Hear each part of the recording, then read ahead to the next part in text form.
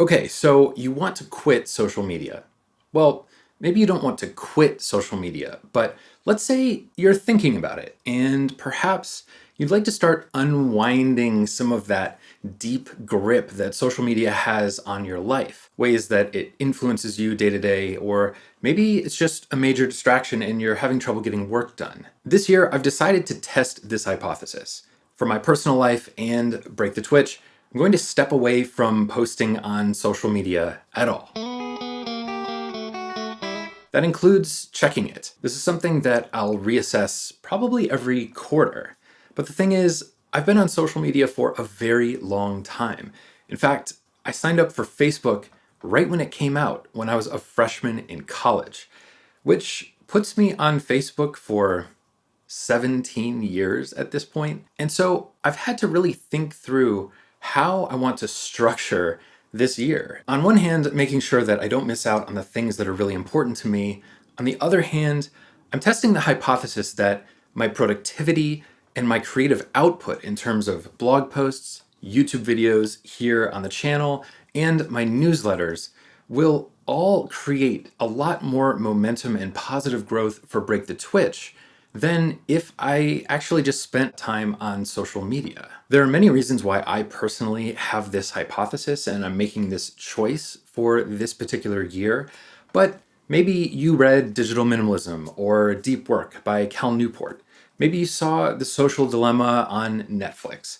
Whatever the reason, I'm not here to convince you to quit social media, but I do have some ideas on how you can start taking steps to really unwind yourself so that when you do happen to make the choice, or if you do want to in the future, it'll be much easier to do and you won't really just be overwhelmed by dealing with the situation of how do I disconnect from this without losing out on the positive benefits of what it offers. So with that being said, I have 3 or 4 tips, things that you can do right now that are very straightforward that will help you take steps to unwind your life from social media and the influence of Facebook and all of the companies that Facebook owns, and so on and so forth.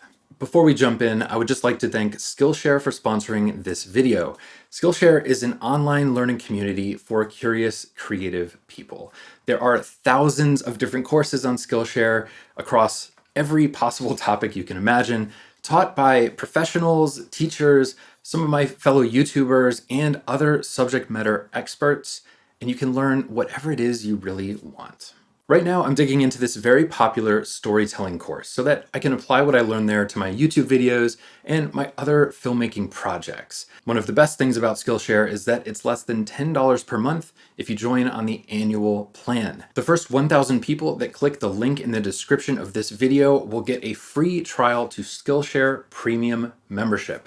So make sure to check that out. And thanks again to Skillshare for sponsoring this video and supporting my work here with Break the Twitch. So let's say you're looking to have fewer distractions in your life so that you can focus on one of those Skillshare courses and do some deep work to really learn the material. Well, the first thing that I would highly recommend doing is switching over from WhatsApp to Signal. Signal is an app created by a nonprofit, and it's a fantastic privacy-focused messenger app. Very recently, Facebook changed the terms and conditions for WhatsApp, and they're going to be logging a lot more data about you and connecting all of that data to the main profile, or if you saw The Social Dilemma, the avatar that they're building about you. Just some of the information that they're collecting is here.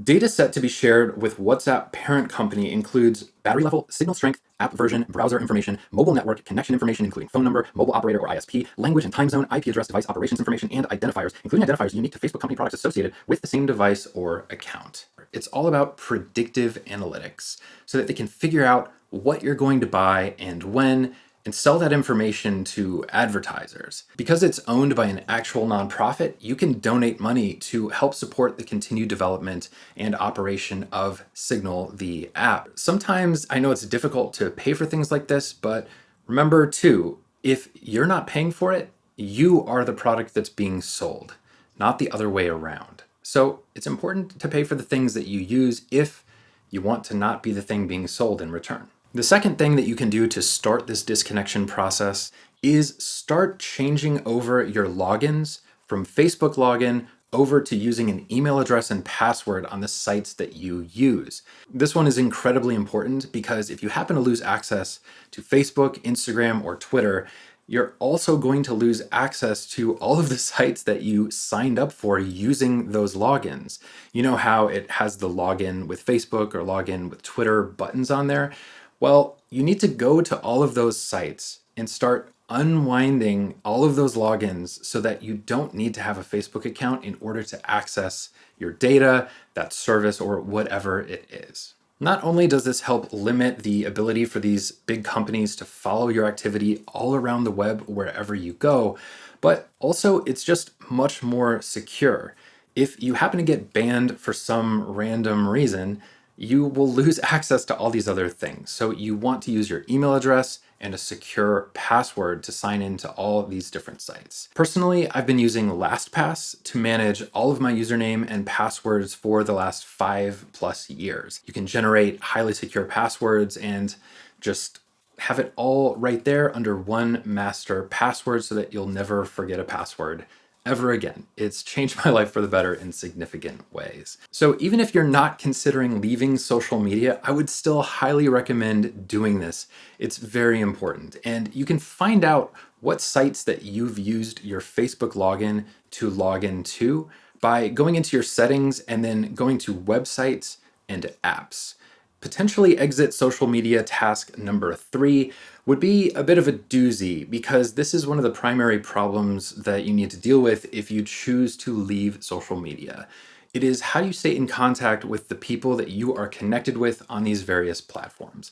And the answer there is start building your contact list. Now, there are a million different ways to do this. I use an Excel spreadsheet, a universal contact list with birthdays and different things, addresses, that kind of stuff, all to just organize the people that I know in my life, phone numbers, so on and so forth. There are a bunch of different apps, but there's one app in particular that I really like for this. It's called Fabric. I actually found out about Fabric from Amy, one of the members of Attention Collective, the Break the Twitch member community that we have.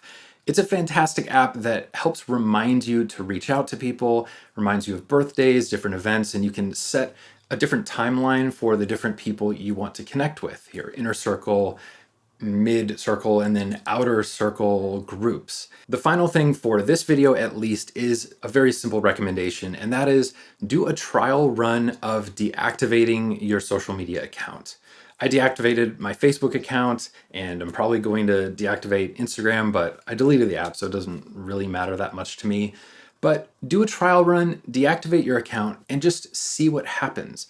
I would fully expect that the first couple days, just like any kind of detox, are going to be rough. They're going to be a little twitchy and you're going to want to check stuff and it's not going to be there. But this will very quickly show you the problems you may face without actually taking the permanent step of deleting your account. It's a nice way to ease into this process and figure out what the problems are going to be, and you can then fix them without doing anything permanent. Even in the week or two that I've been off social media, I found some very compelling reasons to continue. One is that when I think of something and I get kind of an itch that I want to share something or I have an idea that I want to put out there, instead of being able to just go and tweet the idea, which might be seen or really might not create much impact at all, now I go and write a blog post about it and it becomes a longer form thought piece. It becomes something that I had motivation to do and I didn't get like a relief for that motivation just by doing something simple and small. I was forced to put in more effort and create something more substantial. And that alone, for me as a content creator, as a writer, it really is a powerful thing to be able to leverage those moments of inspiration. You never know when they're going to come, and obviously you can sit down and do the habit of working and creating work to produce it, but at the end of the day, it's really nice to get the wind blowing and actually get some distance on your sails or your boat, depending on what analogy we're using at this particular moment. Once again, thanks so much to Skillshare for sponsoring this video. I really do appreciate the support for my work here at Break the Twitch. Make sure you click the link, check out that free trial to premium Skillshare membership. I'm sure you're gonna love it. And thanks so much for your attention. I'll see you soon.